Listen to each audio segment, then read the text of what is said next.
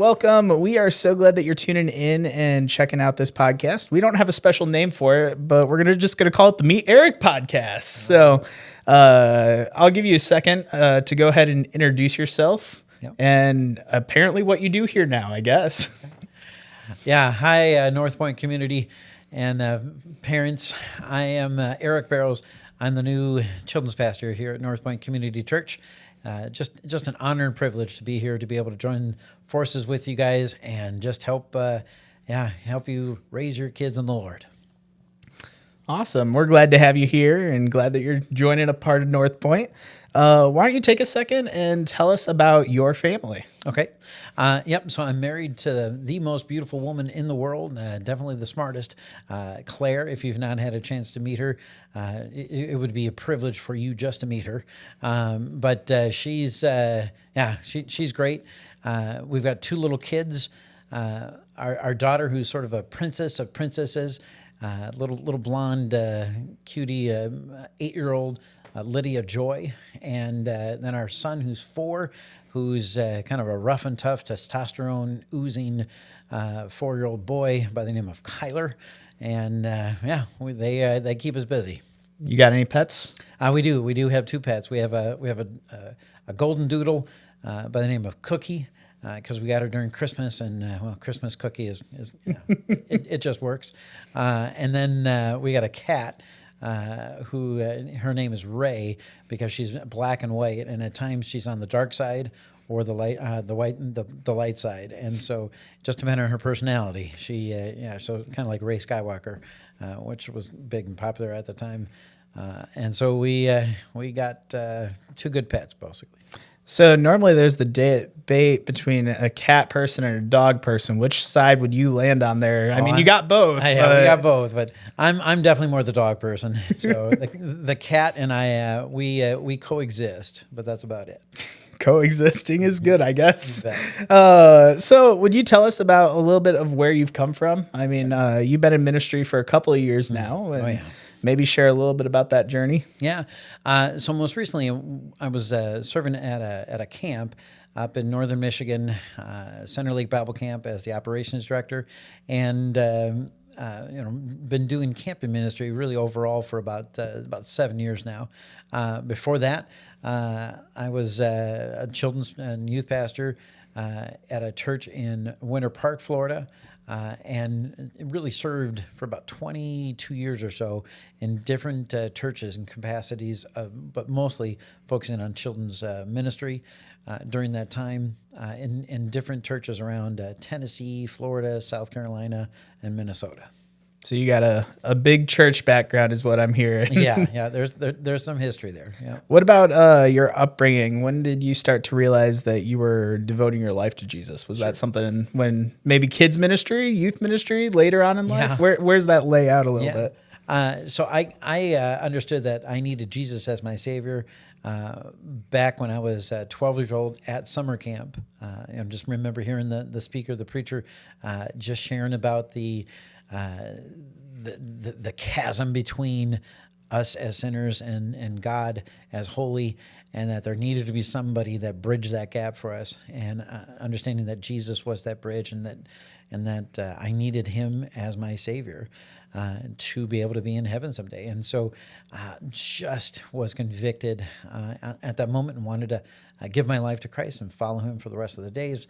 I was later baptized by my father, who's a pastor, and just recently retired pastor. I've been following Christ ever since.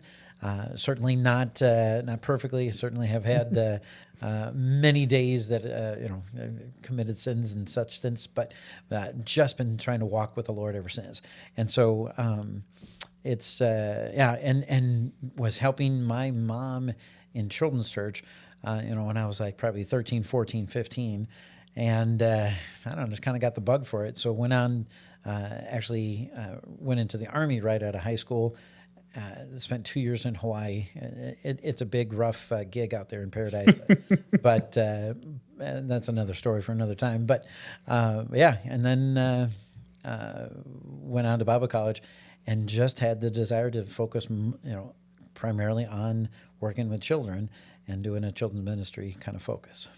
Awesome. So, what were the things that ended up drawing you towards Northpointe? What things excited you or got you going and like, hey, this is the place that I want to be? Absolutely.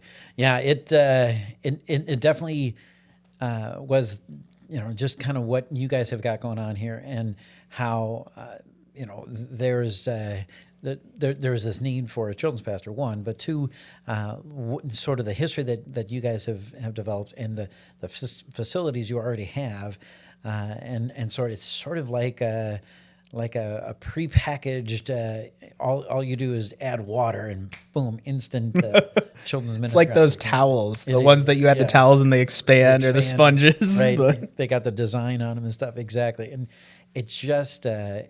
It's what you guys have built and what you as a church have already created, for me to just simply step in and kind of find what areas maybe need a little tweaking, a little help here and there, and be able to help kind of take us maybe to the next level and allow really you as parents and your kids to be able to just see Jesus, really just see Jesus for who he is and as our Savior, that they can follow him all the days of their life. I think joining forces with you guys it's going to be a lot of fun, and excited to be here to do it. is there something that excites you the most about stepping into this role? I mean, you've been in camp ministry for a while, and but coming back into church ministry or something specific at Northpointe, is there something that's really exciting you about this season? Absolutely. And I've been telling people this for several months now. The reason I stepped out of camp ministry and getting back into full-time church ministry is, I'll use an analogy that I've been using, that so I was in field artillery in the Army, which meant I was firing these big cannons that would, shoot a projectile down range, a mile or something. Big holes get blown up, and you blow up the enemy with these big projectiles. Well, you were in battle, but you were kind of behind the scenes. You were a part of the team, but you weren't on the front lines. And I kind of surmised that camping ministry is kind of like artillery, where church ministry is kind of like the infantry. And I wanted to be back on the front lines, where I'm in the foxholes and I'm in more harm's way, so to speak, spiritually, to be able to just do more effective work for the Lord. Awesome. I think there's a children's song about that, right? I may never fly over the enemy, shoot the artillery. Man, it's been a while since I've heard that one. Even thought about it. I'm in the Lord's army. That's right. Yep. Nice. Well, we'll be singing that in children's church soon. Go study up. That's what I'm hearing. Right. Teach your kids well. Yeah. So, I mean, we got a good picture of who you are, but let's get to some of the nitty gritty stuff, the deep stuff that everybody wants to know. Okay. All right. Mm-hmm. Are you a night person or a morning person? Oh, I'm definitely more of a night person. I'm a night owl. Yep. Night owl. What do you do in your evenings? So once the kids are in bed, and my wife and I will usually put on a show that we're streaming and watch it for a little while. And my wife does her her crochet. She's gonna kill me that I mess that up all the time. Sorry, honey. Her crocheting, and then we'll just kind of enjoy the evening, and then we usually get off to bed and start over the next day. Yep, exactly. What about when it comes to like your vacation? If you were to spend a day out going somewhere, would you rather go to the beach or the mountains? I lived several years in Florida, and 15 years in Florida, but rarely went to the beach. Loved the beach, but it just wasn't a passion of mine. And in my time in Tennessee, it was near the Smoky Mountains, Knoxville, Tennessee area, and so very much loved the mountains. So yeah, I've been to the Rockies a couple of times and love the Rockies. So definitely more of a mountain kind of guy, hiking, that kind of stuff. All right. Well, you got 2 young kids, so I'm sure you're always watching Disney or Pixar. You got a preference between the two? Yeah, probably more the Pixar. They love all the Pixar movies for the most part. I think Pixar has better animation for what it's worth. Yeah, but right now my family, including my wife, are big Bluey fans. So so they might be more the Disney, I guess. What about you got a favorite candy? I'm a huge Reese's peanut butter cups, so anything along those lines, definitely. Nice. Always ask people like, what's your go-to coffee order? Until I realized that not everybody likes coffee. No, I'm a big coffee fan, but if you were to go to a coffee shop, what would you be ordering? Anything but coffee. I would go for a tea, I guess. But yeah, there's not much in a coffee shop that, except for maybe a pastry or something, I guess I could go for. All right. So if people want to meet with you, not a coffee shop, right? Where would you rather meet somebody at? McDonald's, Burger King? No, I'll meet them in a coffee shop. That's totally cool. I'm good with that. I'm game to meet wherever. But yeah, if we can find a more like just a regular restaurant, that works too, though. What about if you could have a superpower? What superpower would you want to have? I've even fantasized about the ability to be able to just fly and just kind of skip the drive and whatnot, just be able to fly exactly to where I wanted to go. That's always been a fantasy. What about teleportation? Would you rather be able to teleport or fly? I mean, if it's just about skipping the process of getting there. True. Yeah, teleportation would be pretty epic. What if you could only have one meal for the rest of your life? What would your go-to meal be? Boy, yeah, it's kind of my old favorite, even going back to when I was a kid. So kind of like in Ratatouille, the guy eats the ratatouille and he goes right back to when he was a kid. This kind of meal does it for me, and it's chicken and rice. It's kind of I think it's a cream of mushroom sauce and over the rice and the chicken baked on top, and just that old kind of Midwest classic. Fair enough.